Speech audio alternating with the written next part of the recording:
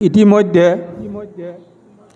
আমি উদ্বোধনী ভাষণত এষাৰ কথা উনুকিয়াই গৈছিলোঁ যে ভাগৱত ব্যাখ্যাত তথ্য বিভ্ৰাট হয়, অৰ্থ বিভ্ৰাট হয় আৰু শব্দ বিভ্ৰাট হয়।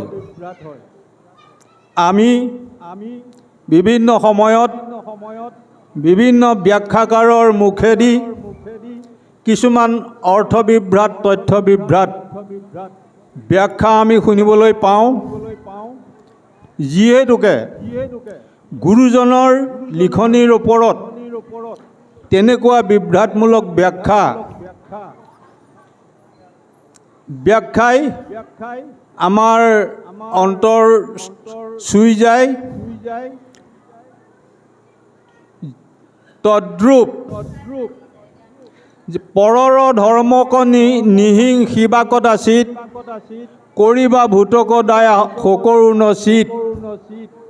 এই পৰৰ ধৰ্ম গুৰুজনাই কি পৰৰ ধৰ্ম হিংসা নকৰিবলৈ কৈছিল? যি সময়ত গুৰুজনাই ধৰ্ম প্ৰচাৰ কৰোঁতে অসমত অন্য জীৱ জন্তু বাদেই মানুহ পৰ্যন্ত বলি দিয়া হৈছিল, আৰু গুৰুজনাই ধৰ্ম প্ৰচাৰ কৰাৰ বেলিকা যিসকল পণ্ডিতে গুৰুজনাৰ ওপৰত ৰজা নৰনাৰায়ণৰ ওচৰত বিভিন্ন খল দিছিল, অভিযোগ দিছিল, তাৰ ফলশ্ৰুতিত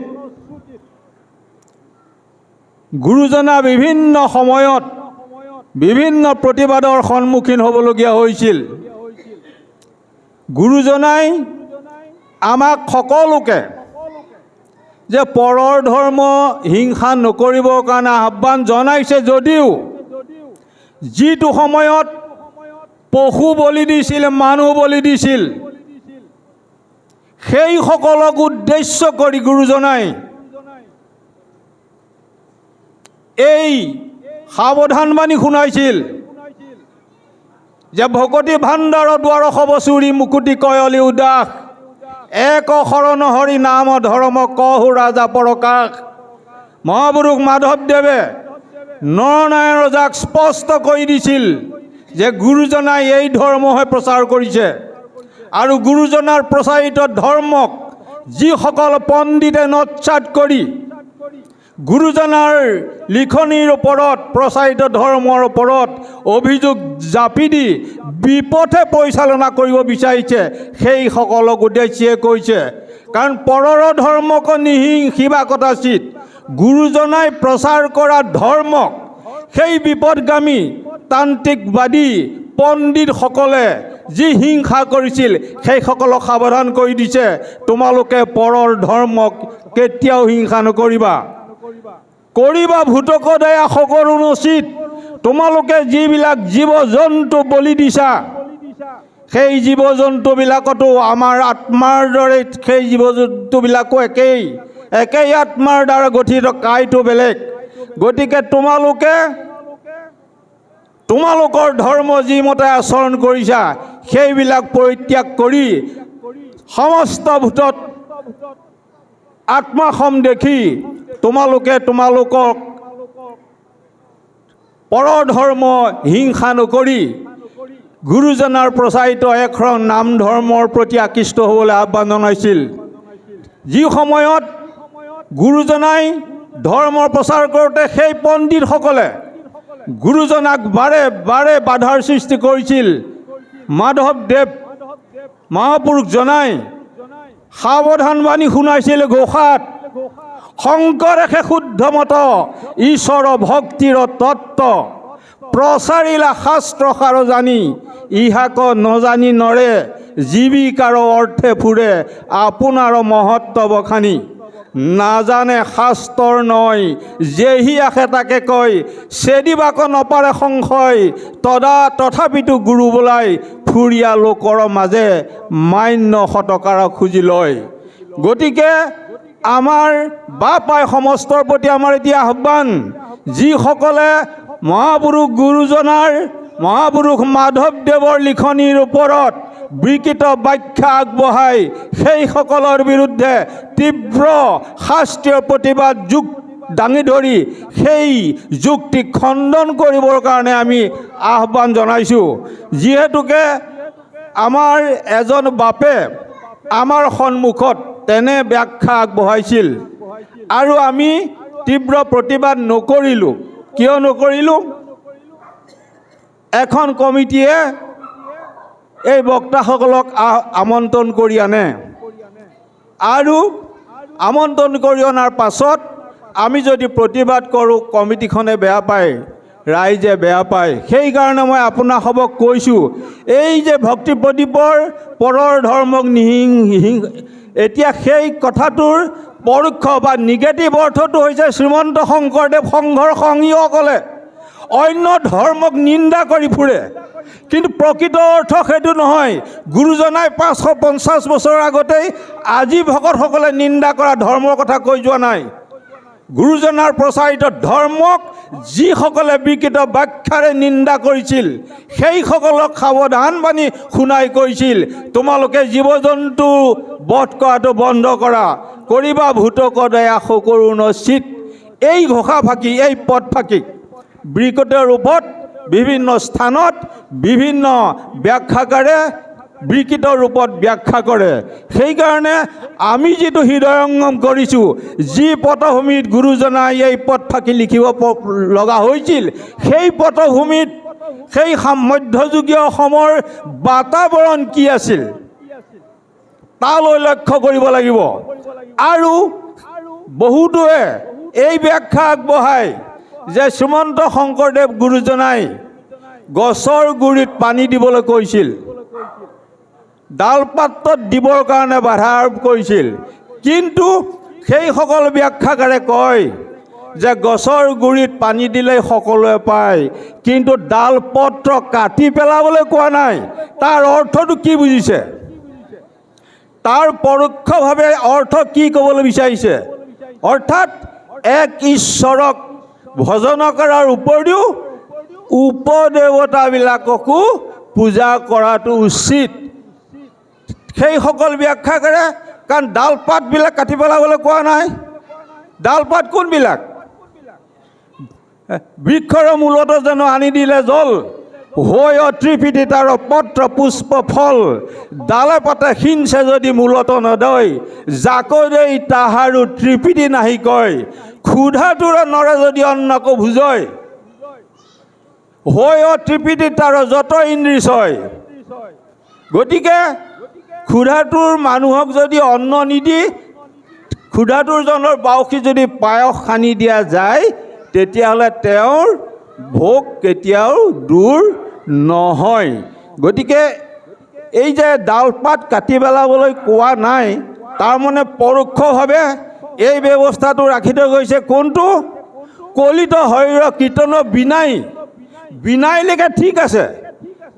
পিছৰ শব্দ দুটা উল্লেখ নকৰে, আওৰ নাহিকে যুঁজা ন দ্বিতীয়ম, সেই কথাটো উল্লেখ নকৰে যে কলিত শৰীৰ কীৰ্তন বিনাইলৈকে ঠিক আছে, তাৰপিছত আওৰ নাহিকে দুজা। গতিকে ন দ্বিতীয়ম এই দুটা শব্দ উল্লেখ নকৰে। তেনেদৰে আমাৰ সমাজত বিভিন্নজনে বিভিন্ন তথ্য বিভ্ৰাট, শব্দ বিভ্ৰাট আৰু অৰ্থ বিভ্ৰাটেৰে আমাক পৰিচালনা কৰি আহিছে। আমি আজি এই শুভ মুহূৰ্তত এই পবিত্ৰ স্থানত খোলাগুৰি প্ৰাথমিক শাখাই আয়োজন কৰা এই ভাগৱত অনুষ্ঠানত আমি সকলোকে আহ্বান জনাইছোঁ, যাতে যিসকলে মহাপুৰুষ দুজনাৰ কলমৰ বিকৃত ব্যাখ্যা কৰে সেইসকলক আমি তৎকালীনভাৱে শাস্ত্ৰীয় যুক্তিৰে প্ৰত্যাহ্বান জনাই তেখেতসকলক সৌখী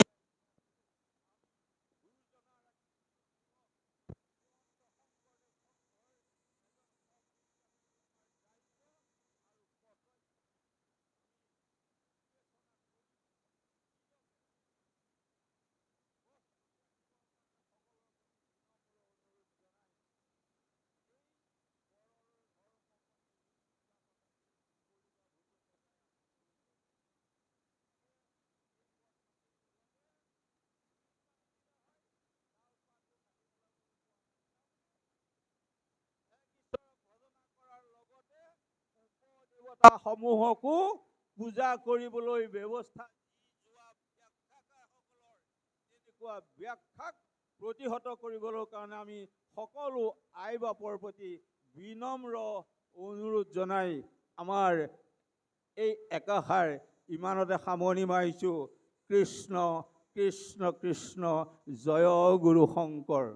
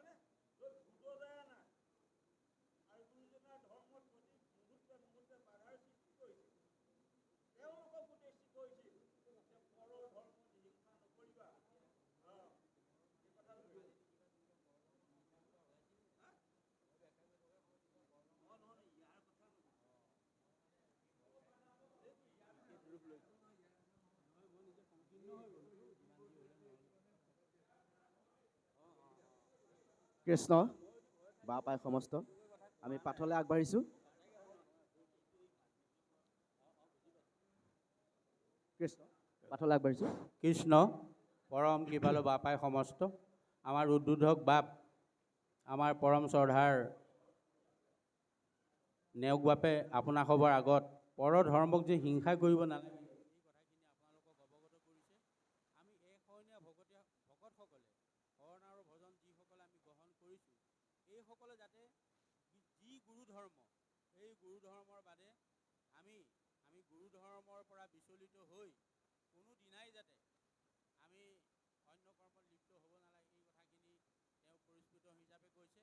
হয়, মোৰো এটা কথা মনত পৰিছে যে মহাপুৰুষ মাধৱদেৱে নামঘোষাত লিখিছে যে হৰি নাম কীৰ্তনত নাহি দেশ কালপাত্ৰ নিয়ম সংযম একো বিধি কেৱল হৰিৰ নাম কীৰ্তন কৰন্ত হোৱা সিদ্ধি। এজন ভাগত আলোচকে এই ঘোষাভাষী কি বুলি গাইছে শুনিব, বোলে হৰি নাম কীৰ্তনত নাহি দেশ কালপাত্ৰ নিয়ম সংযম একো বিধি কেৱল হৰিৰ নাম যেই সেইভাৱে ল'লে হয় সিদ্ধি। গতিকে কিমান বিকৃত কৰি পেলালে। তেখেতৰ লগত মোৰ কিছু হেৰি হৈছে, আমি হৰিনাম কীৰ্তন য'ত শ্ৰৱণ কীৰ্তন কৰি থাকোঁ এই আমাৰ মূল ধৰ্ম, কিন্তু যেই সেইভাৱে লোৱা কথাটো গুৰুজনে তাত লিখা নাই। শ্ৰৱণ কীৰ্তনেই যে মূল ধৰ্ম